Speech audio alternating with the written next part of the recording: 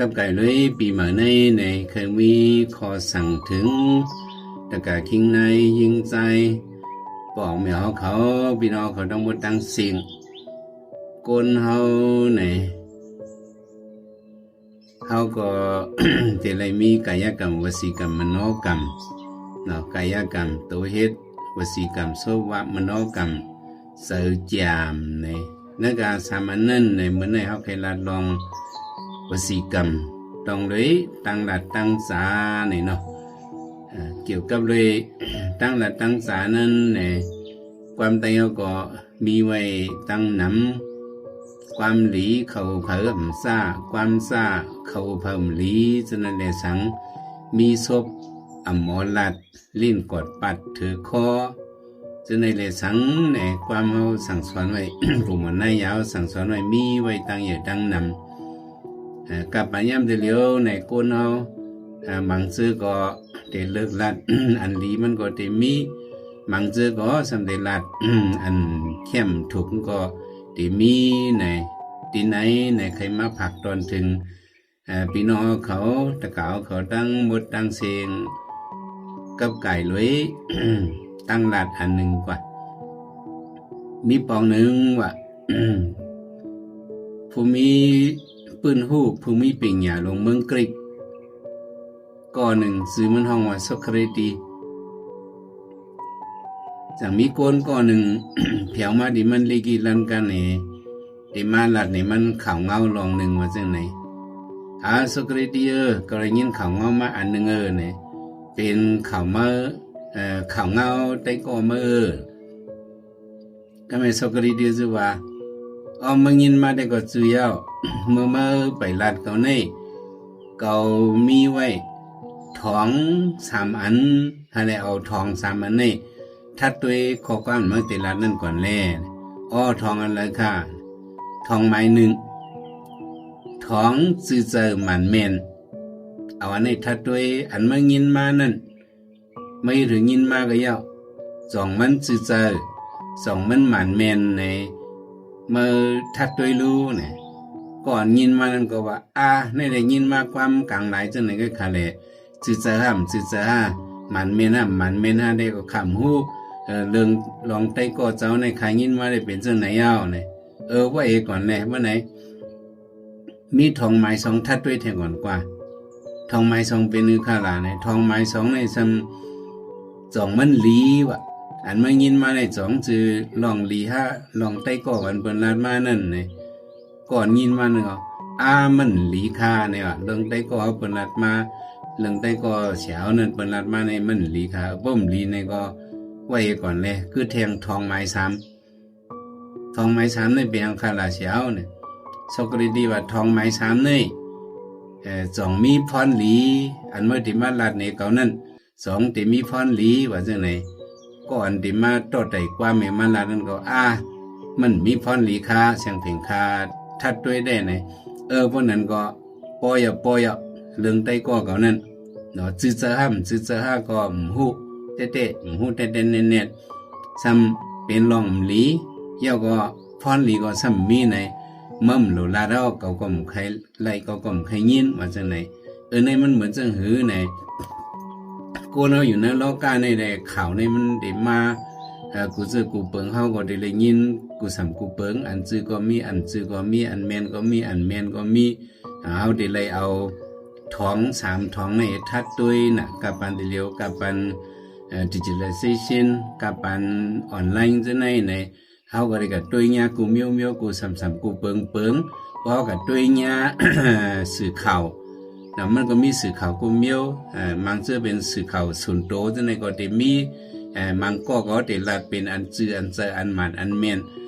อันหลีที่มีพรหลีฉะนั้นได้เฮาก็ได้เลยฮับให้ด้วยมังอันสำได้เป็นจื้อห้ามจื้อเจอก็ฮู้ก็มันได้จังเป็นฉันได้เป็นลองหลีก็ทำได้จังเป็นซ้ำมีพรหลีก็ได้จังมีอันที่นะเฮาเป็นอวยก่อกันฉะนั้นเฮาได้เลือกไว้เฮาได้ติดตามเขาไว้ฉะนั้นฮื้อในพวกมันจื้อเจอเนาะเฟซอันไหน สื่อข่าวอันไหนมันร้านในเป็นรองอันจื้อเจอลงในมันร้านใน เป็นล่องลีลงห้อยมันละในสมมีพรลีตาตูเจ้าเก่าเนาะตาก้นตั้งหลายก็มีพรลีในอันนั้นมันเป็นเรียกว่าเป็นเรื่องหือเรียกว่าเหมือนซึ่งกองยุบยับหลงนั่นเนาะกองยุบยักหลงในพวกเขากว่าหิมมันก็มันเต็มเมียนเฮานั่นน่ะแต่เฮาหนังเฮาเต็มเมียนเฮานั่นเฮาได้เลยเลิกเฮเวไปแต่ก็นั้นแหละข่าวเงาอันเปิ้นลัดมาโซเชียลมีเดียทั้งหมดทั้งเสียงในจื้อใจมันแม่นทั้งหมดในก็เฮาว่าอะไรย้อนนั้นเฮาได้เลยเลิกด้วยมันจื้อใจห้ามจื้อใจห้าเฮาทัดด้วยซ้ำเป็นรองหลีห้ามจื้อรองหลีห้าก็ทัดด้วยจังหนังทอง3ทองเนี่ยมีพรหลีห้ามมีพรหลีห้านี่ก็ทัดด้วยเพราะว่ามัน3อันนี่จังหนังสกดีว่าเรื่องใต้ก็ก่อนนั้นยังจื้อใจยังก็ซ้ำเป็นรองหลีซ้ำมีพรหลีเมื่อเป็นลาเราเนี่ยมันอึดเป็นจังนั้นอันเฮานี่ก็มีศูนย์อึดอะไรอยู่เนาะตีเนื้ออันเฮาเป็นใต้ก็เฮาว่าอันเฮาเลยเลือกไว้ติดตามเขาติดตามเขาไว้ฉะนั้นในเฮาใครยินอันเขาลาเราใครด้วยสื่อข่าวเขาอันไหนเอาในก็เฮามีศูนย์อึดอะไรอยู่เฮาเฮ็ดอ่านเฟรนด์ไปฮื้อนั่นก็เฮาบล็อกไปฮื้อเฮาเฮ็ดอ่านฟอลโลว์ไปฮื้อฉะนั้นในก็มันก็ไหลอยู่นั่นแต่มิที่เฮาเลือกไว้เบิ่งลงมันเพราะเฮาก็หับขามเฮาก็อยู่จำอันยุกยากลงมาหิมเฮาจังนั้นในก็เฮาได้ไล่เชียวมีนมันนั่นน่ะหนังมันเต็มไหลนั่นเฮาก็ได้ไล่อึดเป็ดเนาะเฮาได้ไล่เวเป็ดในเป็นลองตัดสื่อข่าวกะก็ไม่ลองอันลัดอันสานั่นซอกคริตี้ได้มันว่าโหลเป็นอันจื้อใจโหลเป็นอันลีโหลได้มีพรลีอันนี้มันติฮับในมาด้วยถึงทำตลา พระเป็นเจ้าเฮาในก็ตอนลาดไว้ความ6ข้อนั่นน่ะเนาะหมาย1อันพระเป็นเจ้าลาดในจื้อใจมันแม่นยังก็สัมมีพรลีเปิ้นเจือกในก็พระเป็นเจ้าเฮาลาดเนาะจื้อใจมันแม่นสัมมีพรลีเปิ้นสำไลใจเปิ้นสำเจือกเคยถอมในอันนี้พระเป็นเจ้าเฮาลาดหมาย2จื้อใจมันแม่นอยู่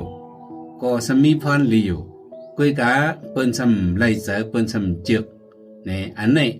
มังปอกพระเป็นเจ้าลาดว่ามังปอกในพระเป็นเจ้าอำลาดในว่าจังไหนเนาะนี่เป็นหมาย2หมาย3ซ้ำซื่อใจเนาะซื่อใจมันแม่นมีพรหลีเปิ้นซ้ำสงเปิ้นซ้ำเกี่ยวถอมอันนี้พระเป็นสำลัดซื่อใจมันแม่นเนาะมีพรหลีเปิ้นซ้ำเคยถอมนะจังไหนก็พระเป็นสำลัดอันนี้มันเป็นความ4ข้อนั่นน่ะเนาะบางอันนี้ซ้ำซื่อใจอยู่มันแม่นอยู่ซ้ำมีพรหลีเปิ้นเจียกถอมอันนี้ก็พระเป็นสำลัดซื่อใจอยู่มันแม่นอยู่เนาะซ้ำมีพรหลีเปิ้นซ้ำเคยถอมอันนี้จังไหนก็มันพระเป็นสำลัดในบ่มีพรหลีในพระเป็นเจ้าย่ำลาดในจังหวัดสุขเฮาหาอันเฮาติลาดในก็เฮาก็ติเลยเลือกเอาความอันซื่อใจมันแม่นมีพรหลีเปิ้นไล่ใจก็ย่อไล่ใจก็ย่อในเฮาได้ไล่ลาดอันเปิ้นไล่ใจนั่นก็เฮาได้ไล่ด้วยขิงข้าวยามมันได้ลาดเนี่ยอันนี้เป็นความ6ข้ออันพระเป็นเจ้าเด้เกี่ยนเจ้าลาด2ข้อก้อยซื่อใจมันแม่นมีพรหลีเปิ้นจึกในพระเป็นเจ้าลาดซื่อใจมันแม่นมีพรหลีเปิ้นซ้ำไล่ใจในก็มังปอกพระเป็นเจ้าลาดมังปอกได้ก็อำลาดในเป็นอันเอาที่เลยฟังสติกว่าวันตามื้อนาในเอาปีมาในกว่าวันตามื้อนาหนังเฮาได้เป็นใจกุศลนั่นเป็นใจลีนั่นในเฮาขาดได้เลยเลือกเอาสื่อข่าวข้อความอันซื่อใจมันแม่นมีพรหลีนั่นเฮเลถ่อมฟังกว่าพวกไหนก็เฮาก็ได้เลยมีพรหลีปุ่นตาเฮา